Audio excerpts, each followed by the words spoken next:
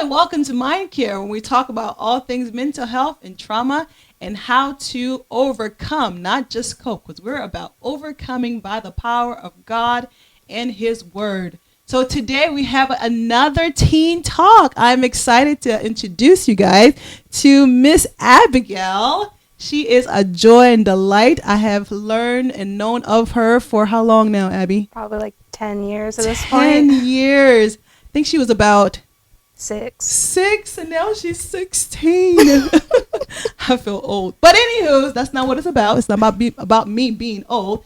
It's about hearing the voice of a teen. Abigail is here wanting to share some information. I think that's vital for all of us to hear.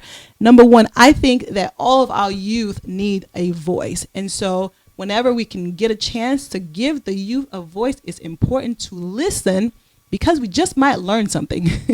So, Miss Abigail, tell us a little bit about yourself. What do you do? What do you enjoy doing? Well, I, like you said, Abigail, 16. I'm homeschooled, and I'm really interested in the world of psychology and mental health. And I, for a long time, have been really interested in kind of my parents have always taught me to be very vocal with who I am. So in my day-to-day life, I really enjoy like looking up daily topics and what's going on in the world. That's right. You know, like just understanding everything so that I can have a perspective on things. That's right. That's right. And she didn't tell you guys but she is also a beautiful singer. She's beautiful and she sings, you guys. It's amazing. So it's good to know that you like to research, essentially. You like to research different topics and get your own opinion. In your mind right now, how are things going in the world? Not great.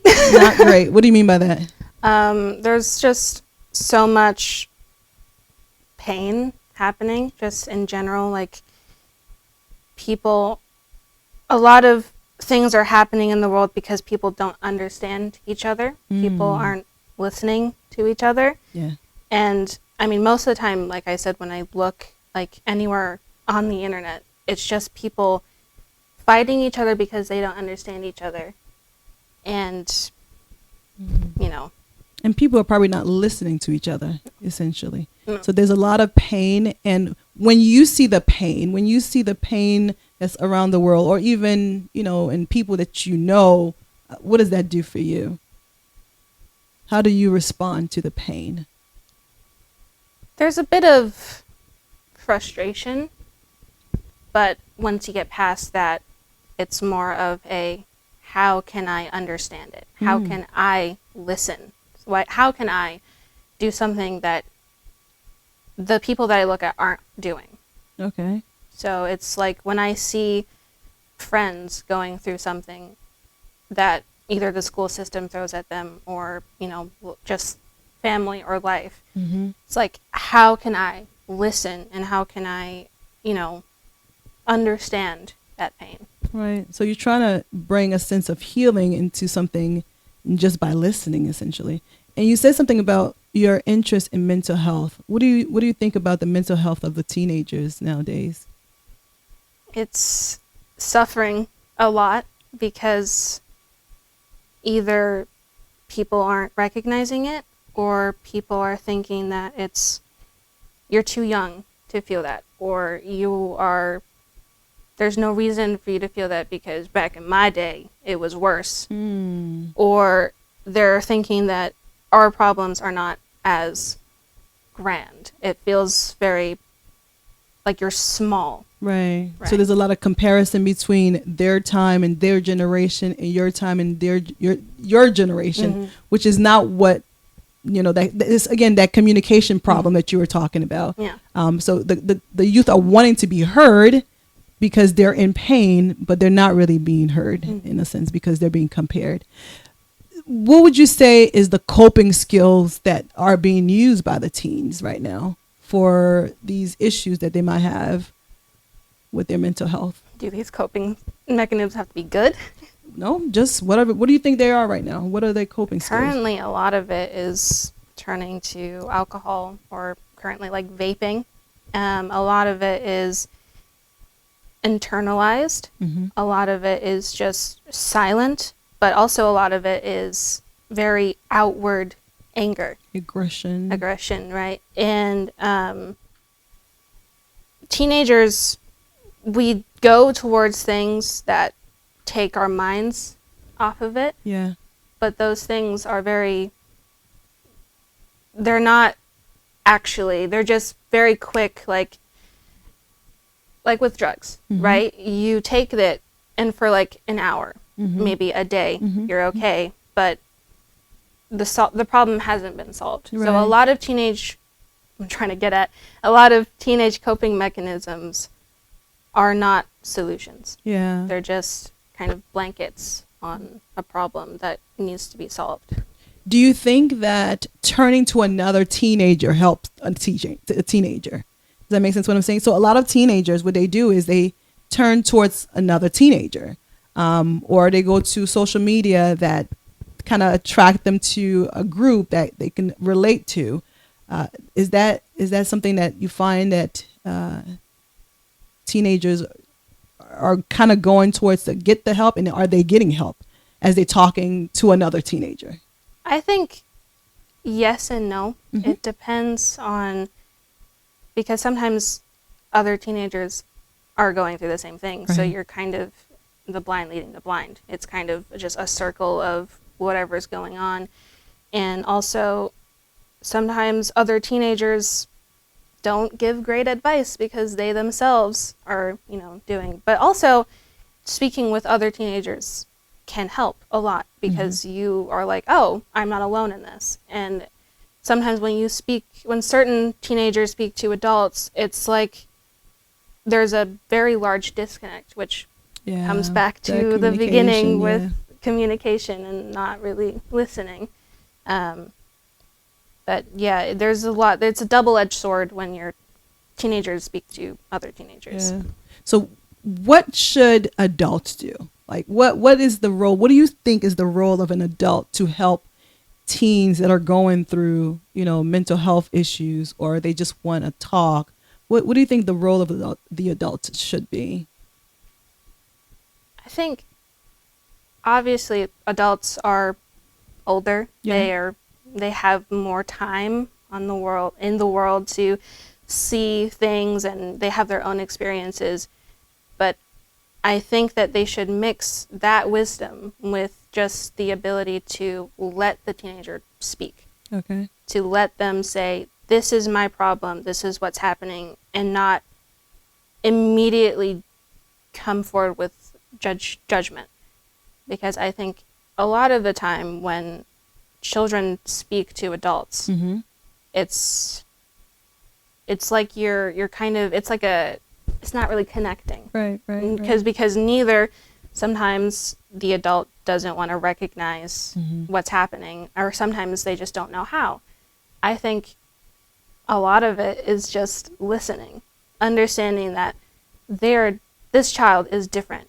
This child has their own thoughts, has their own feelings, has their own goals, has their own dreams, and you just need to listen to that. And obviously, offer advice, and ultimately, like, how to, get them help, but also they are their own person. They are in their body. They're living their lives. So it's unfair for an adult to think, well, I'm older, so I know better, right? Yeah. But when you live in your body, it's just like you're saying these things. So I think it's just a listening. You just have to listen. Just listen. Are you guys hearing?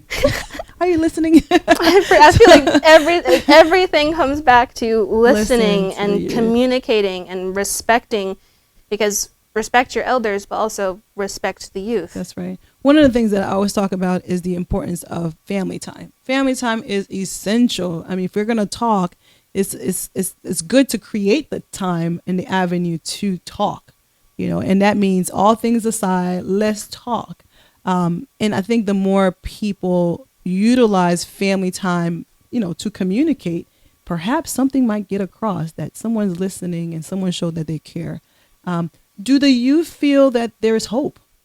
And I guess, and I want to also say this too, as I'm talking to Miss Abigail, obviously we're getting her opinion, and she's not all youth, and she's not talking for everybody. But in your mind, do you think that the youth feel that there is hope right now? Right now, Mm-hmm. there is a sense of that there is possibility, Okay. but the hope is hard to come by. Mm. Because you see everything that's happening Mm-hmm. in the world, and you see where things are going, and you see what's happening to your friends and what's happening to people who are your same age. And I think back to when one of my friends was, telling me about what's happening to her at school with, some things with bullying. And it is hard to find hope in situations where everything is crushing you. Mm. And currently, everything is crushing you. Mm. We have a lot to worry about. Yeah. As soon as you kind of cross that threshold of like 15, 16, Mm-hmm. you have to worry about so much. Mm-hmm. And the hope is kind of diminishing every time you hear something about, something happening at a school or something happening just nearby. Mm-hmm. And it's just like, where do you find that hope to continue when you see everything and people are like very doom and gloom about it? Yeah. Yeah. That's an important point that you brought in, is that, what's happening in the schools, what's happening around, you almost only sometimes expose yourself to just the negative. The question is, do you see any light? Is there any light? Of course there is. Tell me about some of the light that you see. There is so much, like, even in your day-to-day life, like, when I said that hope is hard to come by, it's still there, like 100%. Like, when you look, even though the news is pushing forward a lot of negativity, if there is still, of course, like, for example, this might not be too crazy for some people, but all of the news about things that we're discovering in space, that's cool. Yeah, that that's is hopeful. That is things that humanity is discovering. Because a lot of our purpose here, when a lot of our purpose here is to discover and to take care of the world that we were given. I like that. And you see so much about, like, just different things that we are doing as in 2019, I think, there was a YouTuber who went around and planted 1 million or so, like a lot of trees. Right. And the entire, like, millions of people came together as a community to do this one purpose. That is awesome. And I think a lot of hope can come from community. That's right. In addition to that, too, I totally agree with what you just said. In addition to that, I think the more problems, the more solutions we can find, right? And so I think that's one of those examples where obviously there was a need to plant more trees, and so this individual took upon themselves that's the need that I'm going to fulfill. And as we look in society, in this world that we live in right now, the youth have a lot of problems. So that means that we need a lot of youth to come up with what? Solutions, right? And so if you could solve a problem, which one would that be for you? I mean, there's so much. So like many. It's like there's endless possibilities now.